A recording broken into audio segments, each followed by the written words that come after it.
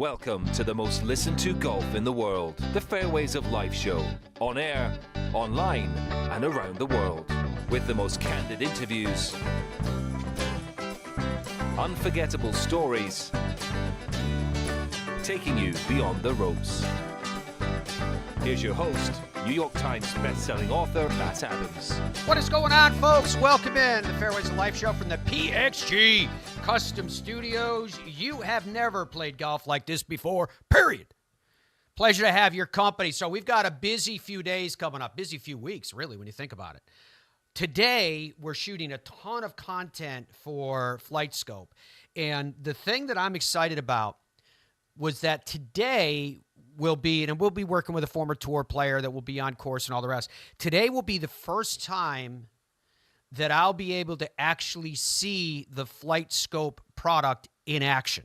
Because you remember, Dom, we saw Flight Scope's new i4 rangefinder, which I'll tell you guys about in a second because it's crazy good. But Dom, if you remember, we saw it for the first time at this year's PGA show. And the best kind of partnerships that you could have, I think, are when the two roads come together naturally. And what happened was I had heard rumor about what they were doing with what I call revolutionary technology. And I bumped into a friend, Johan Immelman. He's Mark and Trevor's dad. And Johan said, have you heard about this? Have you seen it? I said, I've heard about it. I haven't seen it. And he showed me the device, which Andrew has a picture of it in the preview that we can pull up for you. There it is. Obviously, you can see it's made to be comfortable to hold in hand and all the rest. And it looks like a DMD, as they call them. A distance measuring device. Only this one is dramatically different. And what I was getting at with all this, and I'm going to explain it to you in just a second. You can let that roll, Andrew. It looks nice. What makes this one dramatically different is that it gives you actual distance to your target. So what it's doing is it's taking into account the average distances that you hit your clubs, right? Think about this for a second. The average distance you hit your clubs. Maybe you hit a 7-iron. I know for a lot of people it's somewhere between 140 and 170, and that's that broad because it is that broad. I mean, for me, when I'm hitting my 7-iron the best, I'm somewhere between 155, 160. That's about my average. You have those days when your swing's really working, and you have those days when it's not working at all. I don't even know, Dom, what your 7-iron is. 180? Yeah, 180. No. My 7-iron is anywhere from 120 to 160. It depends what's going on. 120. I can hit a good 7-iron. I can also hit a real bad 7-iron. Yeah, but what I'm getting at is that for me today, and I don't know whether it was any different with you because you had a different schedule at the PGA show than I had. I've seen the product, held it in my hand, but I've never actually used it. I know what the technology is. I'm super excited, obviously, here daily to talk about that technology, which I call revolutionary, and I'm going to get into the details as I promised you guys in a second here. And I'm going down this road because I'm really excited about what we're doing today. But I've never actually used it. Have you taken it and trained it on a target yet and pushed a button and see how it works? I did, but it was on the inside of the PGA show floor. Which is 1 million square feet, so that's still a good job. It is, but what you're going to start talking about, if you want to get into the details of it, about how the product works and how it's unique with wind direction and taking into effect weather and all that kind of stuff. I was doing it indoors, so it wasn't really the same. But I got to use it in my hands, and I shot something way down the floor there just to see what it looked like and how it felt.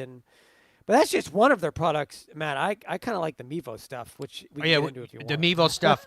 Maybe what we'll do is after they shoot some of this stuff, we'll see if we can get something to use on here too. I hope that's so you guys can see it. The Mevo is basically it's giving you the data that you would want if you were the best player in the world, but why you would want this data at whatever level you play is critically important. It's that divide that I constantly hear from people where they go like, oh, I don't know if I'm good enough to get fit. That's the common thing that I hear, which I'm always like, you getting fit is more important than the best of the best getting fit.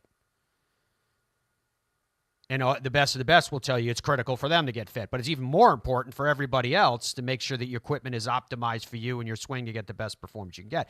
So with this new i4 rangefinder, what Dom was alluding to is it uses local data so that when you train on a target, obviously it's going to have, and it has a toggle switch you can turn off and on for competition, but it's going to have the impact of slope, up or down. You already know that, right? It's going to have your distance upwards to 1,000 yards. I mean, these things are incredible. So it's going to give you crazy distance options if you want it. But the things that are blowing me away, I got to talking to you about your clubs just a second ago.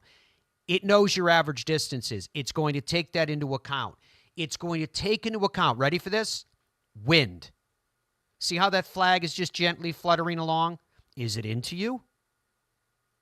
What's the impact of when you have a 5-mile or say a 10-mile or even a 20-mile-per-hour wind into you? Do you know? It's a guess. The vast majority of, call it recreational players, under club. Just regularly under club, not to mention conditions, and now you've got conditions on top of that. This is a caddy in your pocket. It's unbelievable what they have created here. And so you can tell I'm really excited because this i4 rangefinder will give you effective distance, which is the net of all those things and more that I just touched on. And we're going to get a chance to... Did you talk about the smart gapping too, Matt?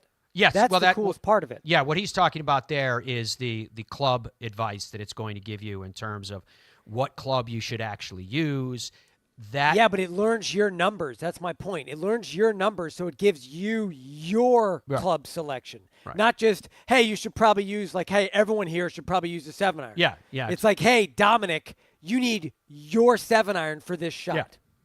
Which is crazy. It blows me away.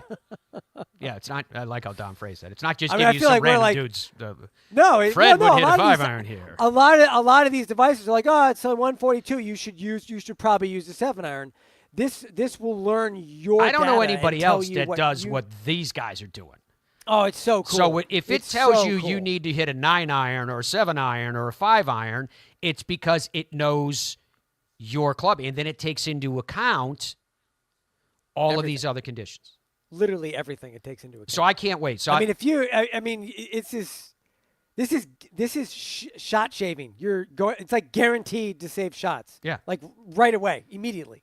And what makes me even more excited about this thing is that I hardly ever use a distance measuring device.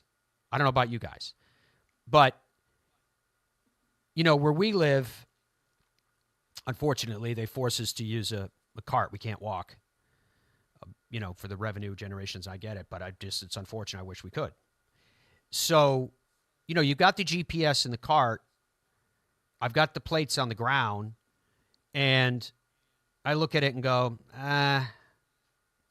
the truth of the matter is the rangefinder I had, Donna took.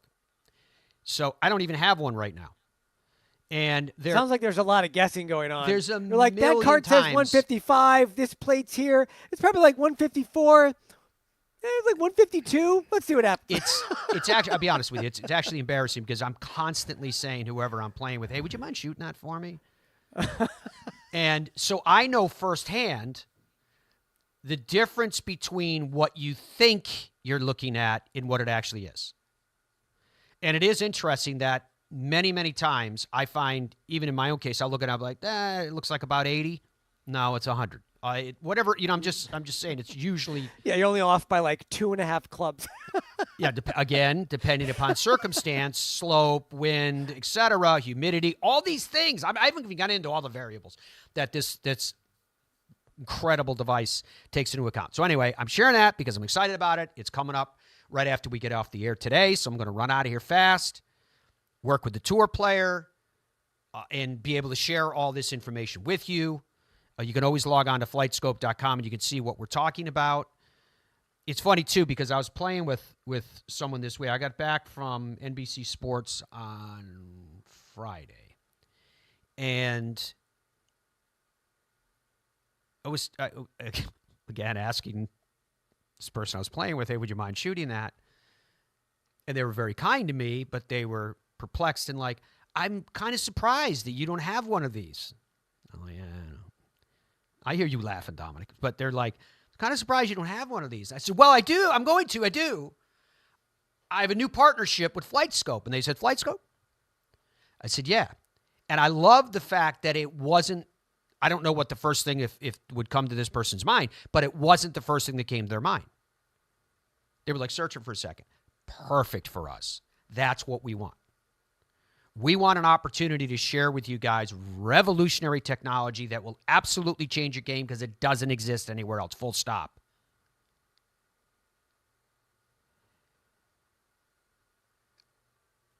And it provides an opportunity for us to go back to our partners and go, see? Told you. You're awesome. So anyway, all that's coming together today. We'll see Tyler and Johan from FlightScope over there, and we'll start banging this stuff out. I don't know how many hours it's going to take, but I can't wait. Really super excited about it. So everybody in the world is super excited about what took place this past weekend, I'm sure, because we had another incredible week of golf. And then, on top of that, we are in a time of year where it's another week, it's another major, which, how great is that? So we go from the Masters to a signature event. This week,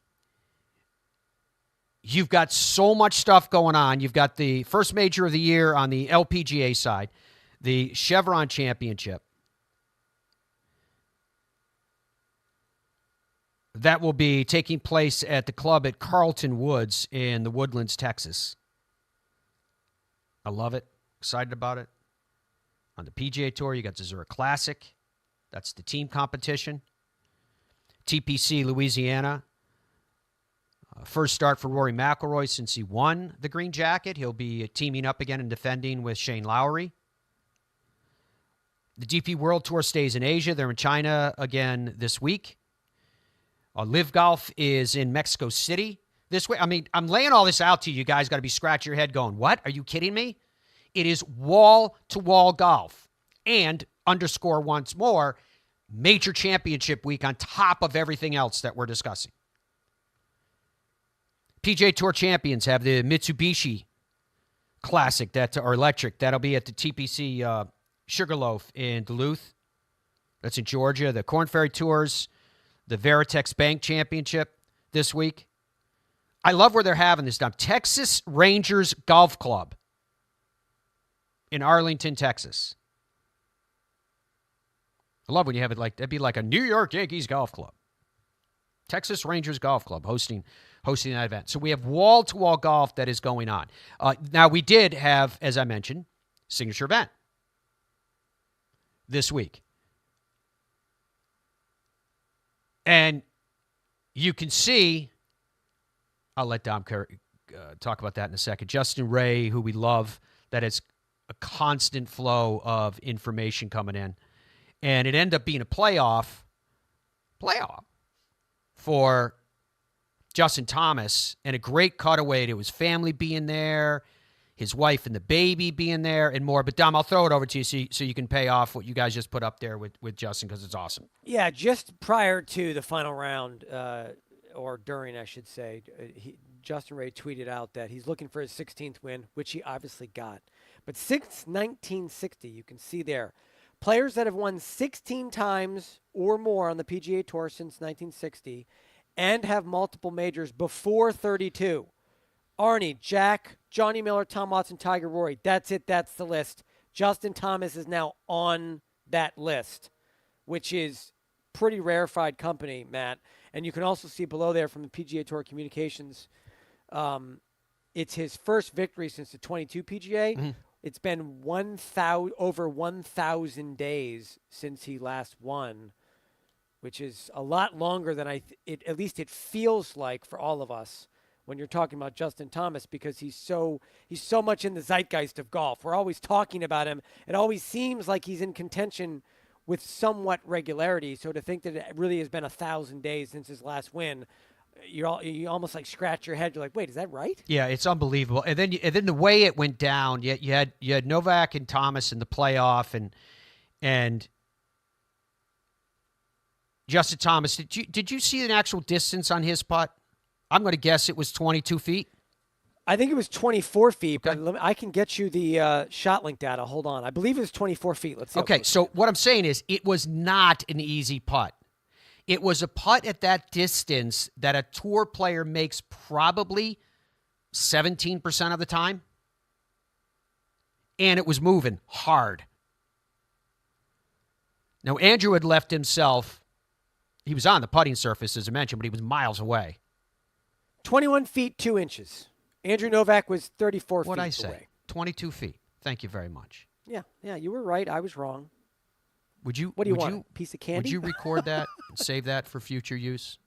You were right, I was wrong. I want to loop that at the start of every show. Before we even hear PXG, I want to start with. You were right, I was wrong. Over and over and over. And I want it in slow motion. I want you were wrong. And I want you to speed it up. So Justin Thomas, you can see what Andrew put up there. 16-time winner on the PGA Tour, as Dom mentioned. 2-time PGA champion in 2017 and 2022. Oh, by the way, do you know where the PGA Championship is again this year? It's where he won it the first time. The 2021 Players Champion. He moves to number 6 in the official World Golf Rankings. He won the 2017 FedEx Cup. 16-17 PGA Tour Player of the Year, 17 in 2020 PGA Player of the Year, 3-time President's Cup team member, 17, 19, 22, 3-time United States Ryder Cup team member in 18, 21, 23. He's now 31 years old. He's a player that I think now, even though I've always liked Justin Thomas, because I feel like in a lot of ways, I know the Justin Thomas that's not just the one that you see publicly. Whenever I've been around him, he's been kind, he's been polite, he's been conscientious, he's been giving back. But there's a persona that I liken to a sophomore that makes the varsity team for the first time, that wears his leather jacket and walks through the hallway, banging into freshmen. Call it a cockiness or what have you. And when people have seen that in the past, in whatever forum, I think it's turned them off. I think this Justin Thomas is relaying more of who he actually is. There's a warmth there. There's a deeper thinker there. Some of the things that he said recently, there's a humility there that maybe comes with time and years. But this one feels differently. And so I want to go through with you because John Burkett, who puts our edits together brilliantly for us each week, the series of questions that Justin was asked that you're going to see him answer in the order opposite of what I'm about to give it to you, because I want to end with where it starts for obvious reasons. He was asked, have you played with Andrew before? What's behind the improvement in your putting? Now think about that for a second with the putt that he made at the last, as we were just talking about. He was asked this: 10 years from now, what moments will you remember about having your baby girl Molly here? What were the last 3 years like, those 1,000 days, some odd, that Dom was talking about, trying to win again? Take us through that putt. What was it like winning with your family on the rope line? And this, Justin, how does it feel to win again and to do it at this course? Yeah, this is a golf course and a place that I love. I mean, I'm fortunate to play the Junior Heritage, a junior tournament here. So it's just I feel like it's a golf course that fits my game, or it's a place that I just really enjoy to play, because I think it's a place that rewards good golf, but it can really penalize you, and you can make bogeys so fast if you get out of position. And I was really proud of today of just staying patient and kind of plotting our way along. And yeah, I mean, I feel like winning on a golf course like this is a pretty cool thing to add to your resume. And not that I wouldn't have taken one wherever I could get it, and still will, but yeah, it's a great feeling. For sure. We unfortunately had the disappointing walk together as a family in Tampa. You know, after had a couple shot lead there with a couple holes to go, and didn't have a good finish, and Victor went in there. So it was, you know, that I feel like I used a lot of that as kind of momentum or just to build on and motivation, if you will. But so it was great to have them there behind the green and be able to enjoy that win and celebrate with them. And I mean, there's the joy and excitement it brought to me to be able to see them after the putt went in, and even walking up to the green was something I definitely didn't think I would feel in past. But the putt in the playoff it was a putt I feel like I'd seen in past. It's kind of a funky little pin of if you try to play too much break, it seems like it kind of stays out. But it just, more than anything, like I did all weekend, I felt like I had my read of a little bit outside the left of it being straight and falling right, and I just committed to that and really just tried to put a good stroke with good speed on it, and yeah, it looked good the whole way. I mean, the hard part about it is it's really hard to win. And I feel like I've been playing well enough to win for a couple of years, but just because you feel that way and you are, obviously that doesn't mean that you're going to. I mean, obviously, 23 was tough, and it was trying to work my way through it and get my way out of that. But it definitely, I feel like I was putting more pressure on myself even last year to win than I was this year. And I feel like my game is in such a better place and in a good spot to where I'm just really trying as hard as I can to get myself in a place mentally of just trusting and playing and just committing to what I'm doing and having the belief that it's going to be good enough the more often I get myself there. And I've done that a couple times this year and hadn't been able to close it out. And, you know, I even knowing in the playoff, it was like, you know, if it obviously I plan and hope and want to win, but if it doesn't, we're just going to keep plugging and try to put ourselves there next time. I mean, just having her here, having her and Jill here, it's just it's just seeing them. I mean, walking up 18 green, even in regulation, I had to look away because it's when you're out there in the moment, you're focused on what you're doing. I mean, it's business. I mean, I'm trying to execute and do what I'm doing and trying to win a golf tournament, and just walking up there and seeing them and not knowing what Andrew did on 17, and I'm obviously trying to figure out how I'm going to either make this putt and also two putt it, and it's hard to not start thinking about what could be when I see them. So that's where I had to just kind of like put my head down and take a deep breath, because it's like that's when I feel like I could get into, I want this so bad for us. And I mean, how unbelievable my wife Jill's been, and just being a rock star and supporting. So I mean, I just would just tell her, you know, how much fun it was for us to do this as a family, I'd say. Obviously, it's a lot of work and time spent on it, but I mean, as funny as it is, a huge help. I called Xander at the end of last year because I think he's one of the best putters in fundamentals, and not just putting but everything. And I just was like, can I just pick your brain for like 2 or 3 hours, just talk to you about putting? And so he came out with me, and then he just was asking me a bunch of different questions. And I mean, you guys obviously know Xander, but he doesn't leave any box unchecked. He's going to, like he said that day, he's like, if it has anything to do with you potentially improving in golf, I've probably done it or tried it. And so I just was talking to him about his process and how he reads greens and how he sees things and his practice and everything. And it honestly was just being with him, and he would kind of ask something, and I was like, well, yeah, you know, like I used to do that. And then it was like, well, how about something like this? Like, yeah, I used to use the string line here. Okay. And then the more I was talking, I'm like, I don't do any of the things that I used to do my best putting years. Like 2017, 18, I was very, very regimented of the things that I did. And how he said it is I had a home base and I had no home base. I had things that I did, but it was a very vague bag of things and there was no consistency to it. And I feel like I used to have a very good home base of fundamentals and things that I did. So it honestly, while he helped, it was more of the questions he asked made me realize that I'm trying basically too hard and I'm trying too many different things versus I think it's a serious skill to continue to work on the things that you do really well and not doing them differently. And I think that's been more of what it is. It's just I have my fundamentals and things that I do and checkpoints, and I'm sticking to them. Funny enough, Joe said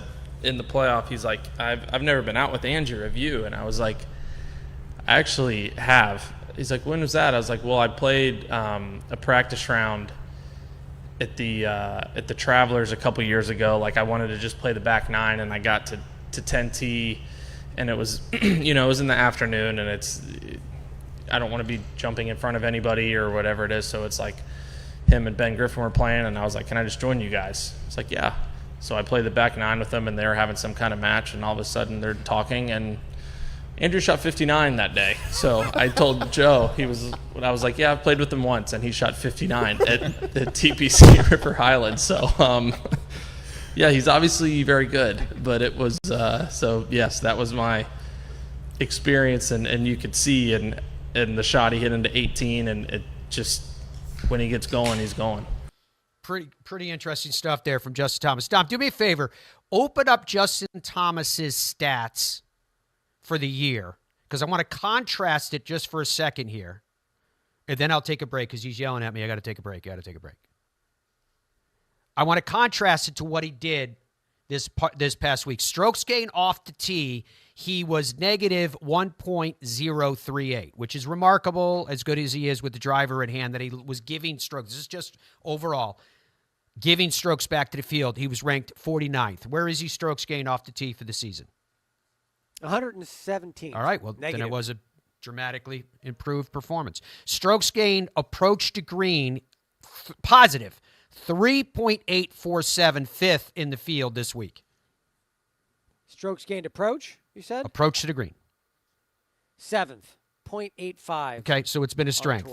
Strokes gained around the green, positive 2.151, tied for 15th. Strokes gained around the green. Hold on. He is 26.30 right now. Marked improvement. Strokes gained putting. Ready for this? You just heard him talking that fascinating stuff about learning. 5.512, third in the entire field.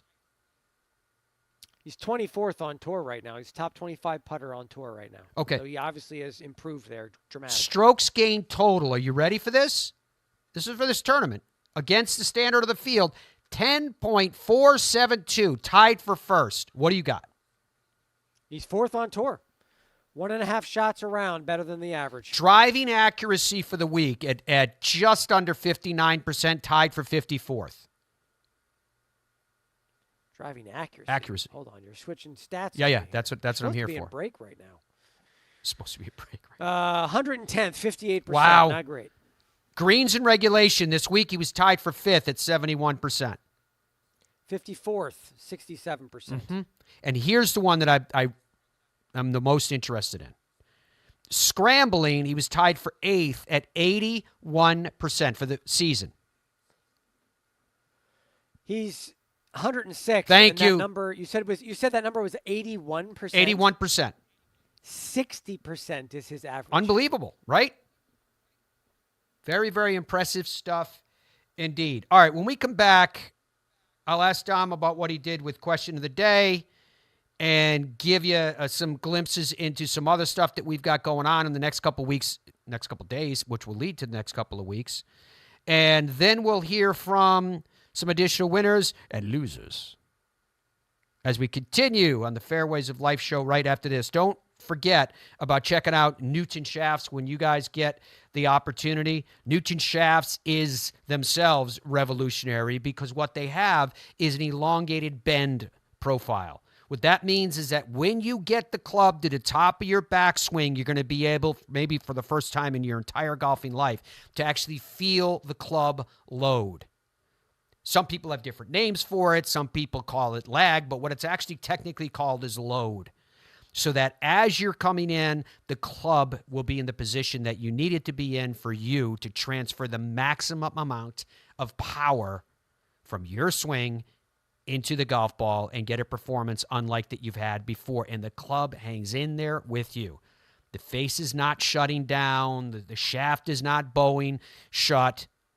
I always have this same conversation with people, especially if you're a big, tall, strong golfer. And they go, yeah, I can hit this really well when I swing really slow and in control. I hit it a mile.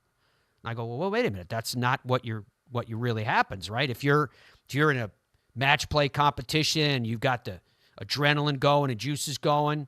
He's like, yeah, well, I must have hit it, went about 3 feet off the ground and dead less. I must have hit it really badly. I'm like, no, you didn't. You hit it really well.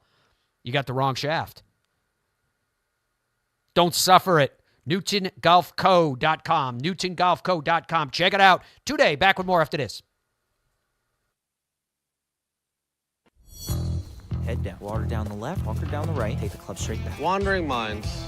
When golfers lose their focus, they're totally... But Bridgestone can help. Introducing Mindset. The ball scientifically designed to keep you focused. First, identify your target. Next, visualize your shot path. And then focus on the green dot and smooth one. Play the Tour B and E12 with Mindset technology. You see what happens when we work together? Stuff like that. FlightScope Mevo Plus is the ultimate indoor and outdoor golf launch monitor and simulator. It gives you the club and ball data you need with the accuracy you demand. Mevo Plus comes with ownership of simulated golf courses for you to play and practice at home. Mevo Plus is an essential golf partner to help you improve and understand your game better.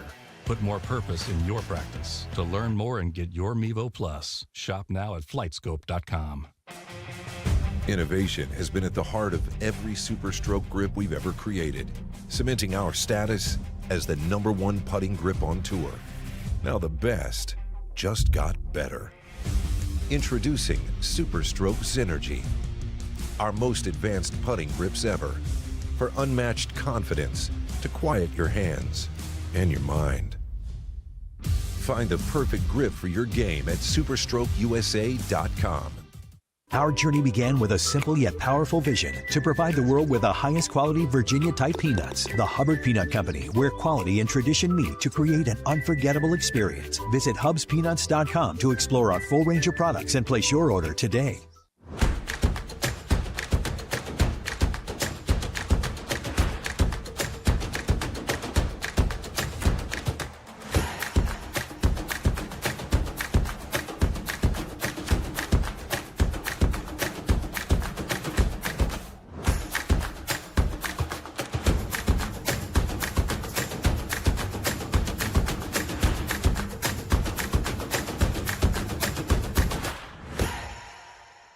Stride by Zero Friction, the first of its kind personal caddy. Walk in comfort and style with Stride's remote and follow me technology. The Stride handles almost any terrain, and its 54-hole range will last all day. The lightweight design and removable front wheels makes it simple to handle. Plus, it easily fits golf carts. Pick up your Stride today at a local PGA Tour superstore near you or at zerofriction.com/Stride. Stride, your personal caddy.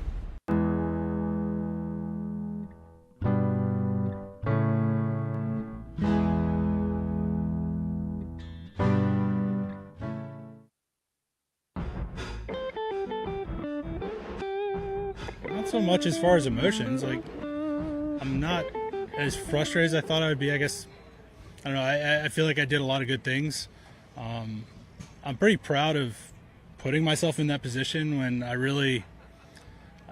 felt like I wasn't swinging it that great this week. The fact that I was able to scrap out like almost a win with not really swinging my best. The irons kind of were giving me issues at times. I hit a few good ones down the stretch, which was cool because, with the pressure on, usually it gets tougher, and I was still able to pull off some shots. So I was happy to see that. I thought I was a little bit more comfortable down the stretch than maybe I have been in the past. So, Justin just went out and won it. Like, there's nothing you can really do about it. Andrew Novak is playing some golf. And I love this because we're only a couple of weeks away from another major. He's 30 years old, turned pro in 2017. He was born in Raleigh, North Carolina. 0 career wins. 3 top 10s, all coming in 2025. He's currently 15th in FedEx Cup points. His official world golf ranking is 34th. So, to these high finishes. Farmers Insurance Open. In January, he was 3rd. AT&T Pebble Beach Pro-Am, tied for 13th. The Genesis Invitational, tied for 13th. The Valero Texas Open, tied for 3rd. Thank you very much. RBC Heritage, lost in the playoff. I mean, it's very, very impressive stuff. All right, Dom, so what did you do for your question of the day? Question of the day is Justin Thomas related. Shocking, I know. Does this win, ready for this? This is specific. Yep. Does this win guarantee a spot on the Ryder Cup team for Justin Thomas now that he won a signature event? Andrew, I know you have the current updated Ryder Cup standings for the United States team. Why don't you go ahead and put those up so people can look at them? This win put him into the number 6 spot, which is an automatic qualifying spot. He puts it over the Bethpage Black background photo. That's class. Right? However, this is months away. We've got 3 major championships which are big-time points, and the cutoff is after the BMW, which is like middle of August. So if Justin does not, my point being, if Justin doesn't play very well and doesn't get another win or, struggles getting top 10s, he will not be in that 6th spot. He will fall down. And my question is this win enough? If he, like he was at the last Ryder Cup, sort of struggling coming into the Ryder Cup, they just took him anyway. Is this win going to get him even if he struggles from here on out? What's the date today? The 21st of April. We're almost in May. He was 2nd at the American Express, tied for 6th at the WM Phoenix Open, tied for 9th at the Genesis, 2nd at the Valspar, which you talked about in the sound that we played for you, tied for 36th at the Masters, and just won at the RBC Heritage. It's a question of, I think if he falls outside the top 12, and I'm not even sure statistically if he could do that based upon how he's playing and the points that he's going to continue to get. That one's tough. I think my guess is that he's on the team by virtue. But if you're looking at this list, which is still up there, yep. Right now I've got the top 20 for you right now. Yes. If you look at the second column, those guys 11 to 20, tell me someone from that list that either we're not thinking about or you wouldn't expect who you believe will be on this team. Andrew Novak. But let me just go through the list quickly for everybody, particularly people listening to us on the radio, the audio side. Number 1 is Scotty Scheffler. Number 2 is Xander Schauffele. Number 3 is Colin Morikawa. Number 4 is Bryson DeChambeau. Number 5 is Russell Henley. Number 6 is Justin Thomas. Number 7 is Maverick McNeely. Number 8 is Brian Harman. Number 9 is J.J. Spawn. Number 10 is Patrick Cantlay. Number 11 is Andrew Novak, because I feel like Novak's going to start breaking through. He's knocking on the door. Number 11 is Harris English, or 12 is Harris English. 13 is Tom Hoagie. 14 is Daniel Berger. I'd like to see him on that wall. 15 is Lucas Glover. 16 is Billy Horschel. I know everybody wants to see Lucas and Billy on the team too. 17 is Wyndham Clark, who's kind of showing form again. 18 is Tony Finau. 19 is Michael Kim, our friend. 20th is Akshay Bhatia, who, again, there's no name up there that I wouldn't love to see on the team. But I think Akshay would be fun to have on there, too, because I think he's a guy that I've said a zillion times is really easy to like, to be a fan of. If you look at the left side, 1 through 10, guys that are sort of a lock right now today, who do you see coming off? Who do you see slipping? Well, when you say a lock today, JJ Spawn's got to keep up the good ball striking because he's 9th. It's easy to slide out of that. And when you've not played before, right, and you're looking for a captain's pick, it's really hard to get it unless you're coming off a heater that just happened at the time of the pick, in my view. Do you see anyone? So the guys in capital letters, the top 6 are locks to be on the team. Right now. That's the cutoff for the captain's picks this year. Do you see anyone in that top 6 that you think will not be on the team? They will end up not making the team. Top 6? No, I don't. I mean, it's very quickly. Again, listen, I don't want to turn this into a 1-hour Ryder Cup conversation. The Ryder Cup feels far away, but it's not in my head. It's really close, and I'm excited about it because it's in New York, and I'm just pumped about it. But it's very quickly not a lot of guys available. Like you're telling me that you're looking at 6 guys. We're talking about August. You're looking at 6 guys, and you're like, yeah, those guys are definitely going to be on the team. Whether they get a locked spot or they're a pick, that's 6 of 12 in your mind that are taken. That means there's only 6 spots even available at this point, whether you automatically qualify or not. You seem to think that Daniel Berger and Andrew Novak are seemingly really in position to make this team. Well, everyone that's on those lists is in a good position to make this team. But I like of what we have right now, the top 6. I like seeing Bryson on that. I like seeing Russell Henley on that.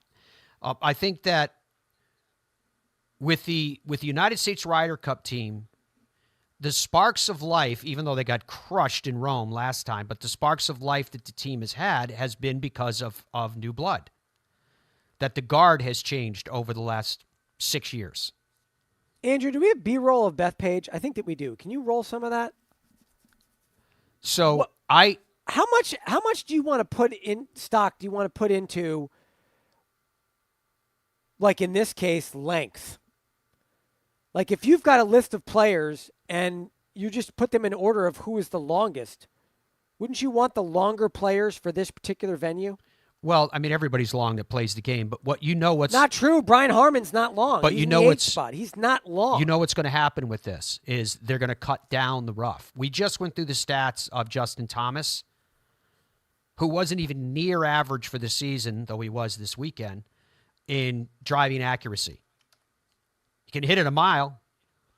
So they're gonna tame that rough in order to play more to the advantage of the U.S. side. Bryson DeChambeau. Xander can pump it out there. Scotty obviously can pump it out there. Russell's been hitting it longer. Yeah, but doesn't that support my theory that even if the rough's lower, longer is what they're shooting for. That's going to be better. It's what they're going to try to do, and I'm not revealing any secrets because it's what happens at every single Ryder Cup. The Europeans set up the course, they make it tighter, harder, thicker. The Americans set up the course, they open it up. Because when I look at this list, and I'm thinking in terms of length almost exclusively, you look at someone like Wyndham Clark at 17.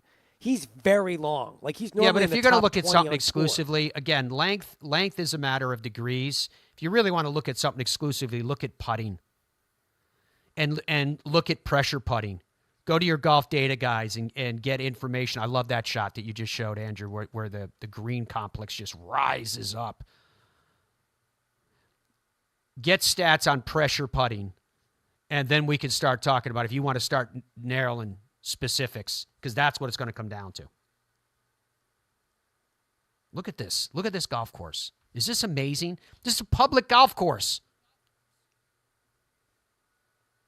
This is why people line up all night to play this place. We'll have plenty of time to talk about this as well. All right, the Corales Puntacana. It's not normal that I would start a review of an event with the person that finished second, but Joel Dahmen had it working. 3 consecutive bogeys to finish. 4 in the last 6 holes. He ended up finishing 1 shot back. So Joel Dahmen, being Joel Dahmen, the good guy that he is, he was asked by the media to speak. He did. And Joel Dahmen was his normal, honest self. I think I'm in a little bit of shock, honestly. It's not how you win a golf tournament, I'll tell you that. I don't deserve to win it. Bogey in the last 3 is inexcusable. I mean, in the middle of the fairway with an 8-iron 16 to hit it where I hit it. You can't. It was tough up and down over there. I don't know what happened on the short one on 17. I mean, I'm obviously nervous, but unfortunately, I'm prone to that at times. It's, you can call it a lapse in concentration. It's not like a yippee thing. It's not like one of those things, but bad time to do it. And then 18 is just a really hard hole, man. We had 220 pin, and wind surfed on it and hit a very average chip. I hit a good putt. I actually thought it was a straight putt and broke a little left on me, and all of a sudden I wake up and I lost my golf tournament. So, and it honestly, it doesn't even, you can look at these last 3 holes, but once again, I 3-putted 2, basically 3-putted 5 again today, hit it in a bunker on 7. Yesterday I made plenty of mistakes. So it's one of those things where, what, 15 under win? 14 won. Mm-hmm. So I was 16 through 2 days. You're like, hey, if you can get it in the house, you probably think you could. But when you're trying to win a golf tournament, it does weird things to you, and I did not handle it well today. This one could take a while to get over. It's one of those things you learn more in defeat, unfortunately. I don't know what I'm going to learn from this yet. Like I said, I still think I'm in a little bit of shock. Felt like I was in a good headspace. I was in a good headspace, but sometimes your body doesn't cooperate. Kept really calm and cool out there, even when, you 3-putt 13 and miss a short one on 12, you're still fine. I'm still putting the ball in play. I'm still giving myself opportunities. So, but yeah, for next week, I mean, it's probably the best week for me next week is to have fun, have someone to rely on, have someone else's ball in play. It's going to be a great trip with my wife's coming into town without her kids. So we're going to have a great 4 days of just enjoying each other. And this one's going to sting for a while. Obviously, if you're looking from the outside, it does look like it came out of nowhere. But I've kind of been trending, I'd say, since Cabo last year. Obviously, like I said earlier in the week, I've changed my swing completely.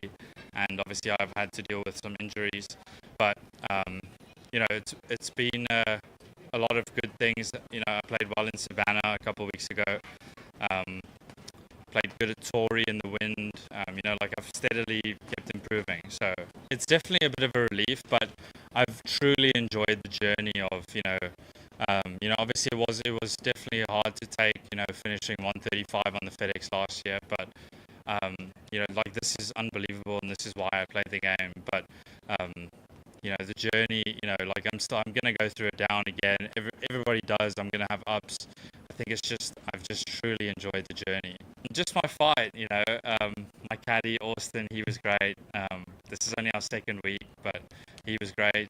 We just kind of kept it light, and I just stayed aggressive. I like playing aggressive, and he helped me with that. So, yeah, I mean, I knew I was going to have a chance. I tried to birdie the last 3.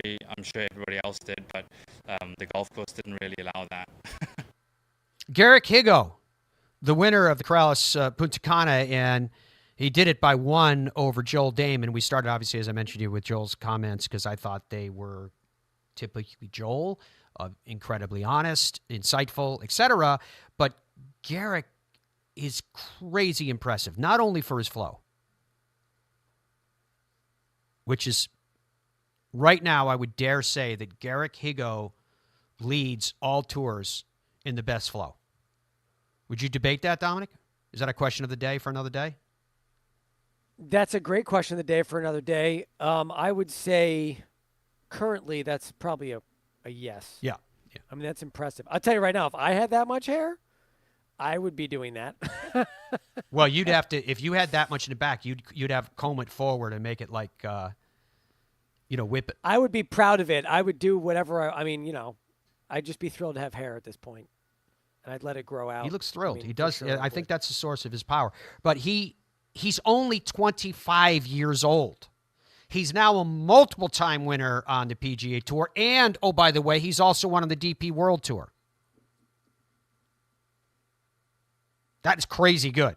He kind of went off the boil for a couple of years, and I wonder if that's why from a consciousness standpoint, like, for example, if you go back to that shot that you had up there, Andrew, which was excellent, showing him in all his glory, where are the sponsors? Right? I mean, it's this. You're looking at, I think, a superstar in the game. He's only 25, and he has multiple wins to his credit. Crazy good stuff. All right, when we come back, we're going to feature another winner from the week that is remarkable and young and speaks to the future of the game. And we'll speak to our immediate future in the next few days, which will cover the next few weeks, and that which lies in store, which we're very excited about. Plus, I haven't heard any results or percentages from the question of the day. We were tantalized with what it was, but have not found out what you guys think the answer should be. That and more when we come back on the Fairways of Life show. In Ireland, golf is more than just a game.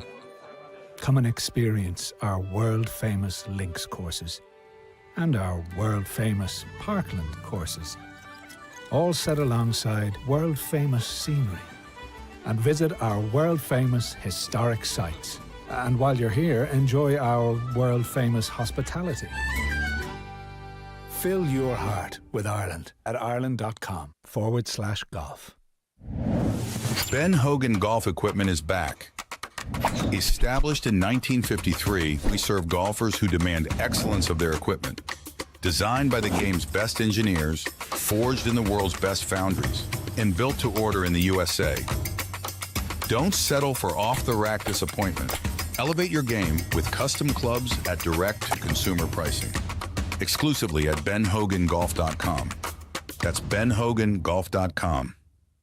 At PXG, we believe you get more out of your golf clubs when you're custom fitted. This ensures that every PXG club in your bag is completely dialed in to deliver maximum performance for your swing. Golfers of every skill level should go through this process, and PXG's judgment-free fittings will make sure you're completely comfortable and satisfied. Book your fitting and see what we can do for your game. PXG, you've never played like this before, period. Innovation has been at the heart of every Super Stroke grip we've ever created, cementing our status as the #1 putting grip on tour. Now the best just got better. Introducing Super Stroke Synergy, our most advanced putting grips ever, for unmatched confidence to quiet your hands and your mind. Find the perfect grip for your game at superstrokeusa.com. What would your ultimate golf experience be like? Just you and a friend? Or would you round up some buddies for a foursome? Just one day? Or an entire week? There's a good chance your ultimate golf experience could be Michigan's magnificent 10. 10 incredible courses set among 3 remarkable resorts. See for yourself. Book your ultimate golf experience today. Hey, I'm golf broadcaster Matt Adams. You know, Hub's Peanuts has been cooking up the top 1% of peanuts for over 70 years. And these aren't your average nut. These are super extra large Virginia peanuts cooked in the USA. Family-owned Hub's Peanuts have more protein than any other nuts. So whether it's a boost on the course or a special gift, the variety of flavors guarantees Hub's Peanuts is just what you need. Family-owned, nutritious, delicious, and sustainable. Hub's Peanuts, it's just right. HubsPeanuts.com. When you choose Newton shafts, you're choosing more than a product. You're choosing innovation, pride, and excellence right here in America. We pay attention to the minutest of details, and you can feel that in the performance of our shafts.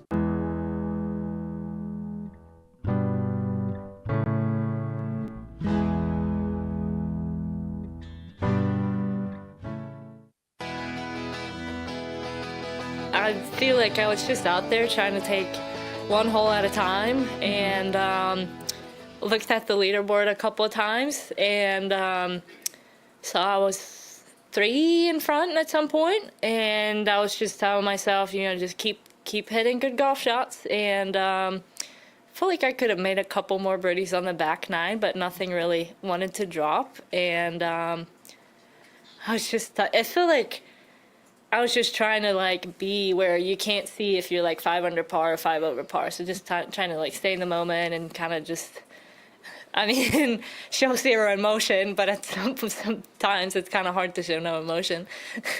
When I came in, I kind of came into the scoring and I was like, I just need to take a breather. I feel like there's so much going on. But I kind of, and then I really had to use the bathroom when I was done, because obviously if we're going to go out for a playoff, I was like, okay. So went into the locker room. I think, is her name Sue, the rules official? Sue. So she came with me. She's like, do you want to go out there? I was like, because I didn't really know what was going on 18. So she's like, okay, she has a 10-foot putt for par. And I said, like, as in match play, like, you expect your opponent to make the chip, make the putt. You can't just like, oh, she's going to miss it and I'm going to win the hole. Right. And it was kind of a little bit the same there. Like, I was like, she's going to make it and we're going to go to playoff. And I think that's a better approach to she's going to miss it and I'm going to win. And then when you got in playoff, you get kind of disappointed. So, and then I was like, oh, we won. So obviously, like, I was expecting her to make the putt, because that's what you have to do.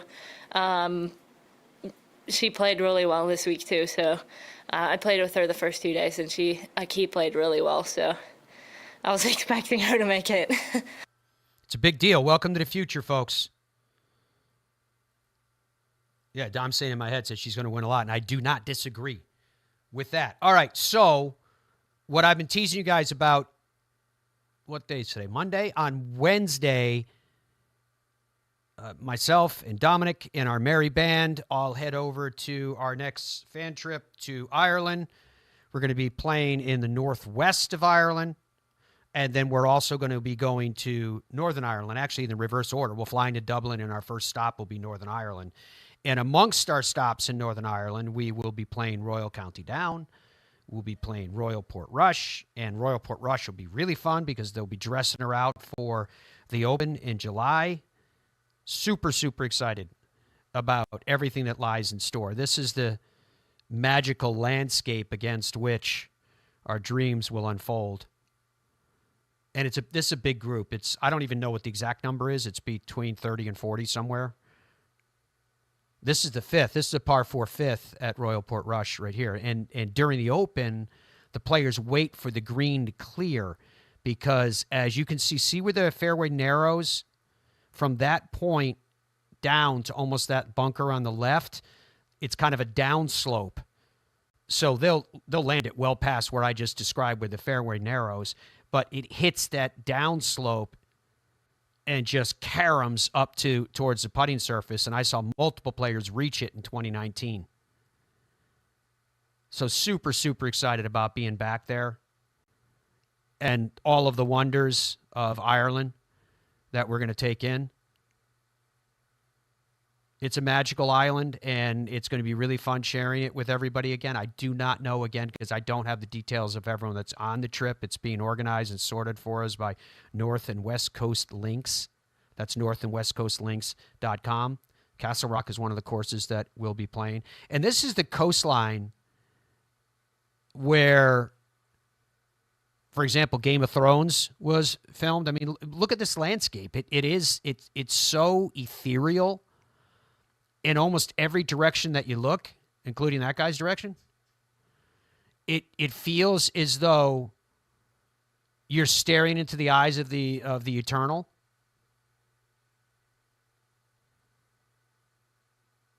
It is that special. So anyway, we can't wait. Dom, you fired up? I have no words. Fired up. Did you? Are you kidding me? I know this is So an excited, absolute just curse to do this. A jinx. But have you looked at the weather forecast? No, I haven't, actually, to be honest with you. Oh, it's lovely. I have not looked. It's absolutely lovely. Which is it's probably better. It doesn't matter. You got to pack for everything. You do it. Well, I won't deny that. Fair enough. I won't deny that. It's not like, oh, it's going to rain. I'll pack only rain Well, gear, and then it's like 70 degrees. They've had a really cold stretch. I saw on social media this past weekend, Rodney Barber's there with his family. And he was at Giants Causeway where we're going to be going. He was in Northern Ireland. And they were bundled up like they were climbing the top of some mountain, which they may have been. But they were really bundled up.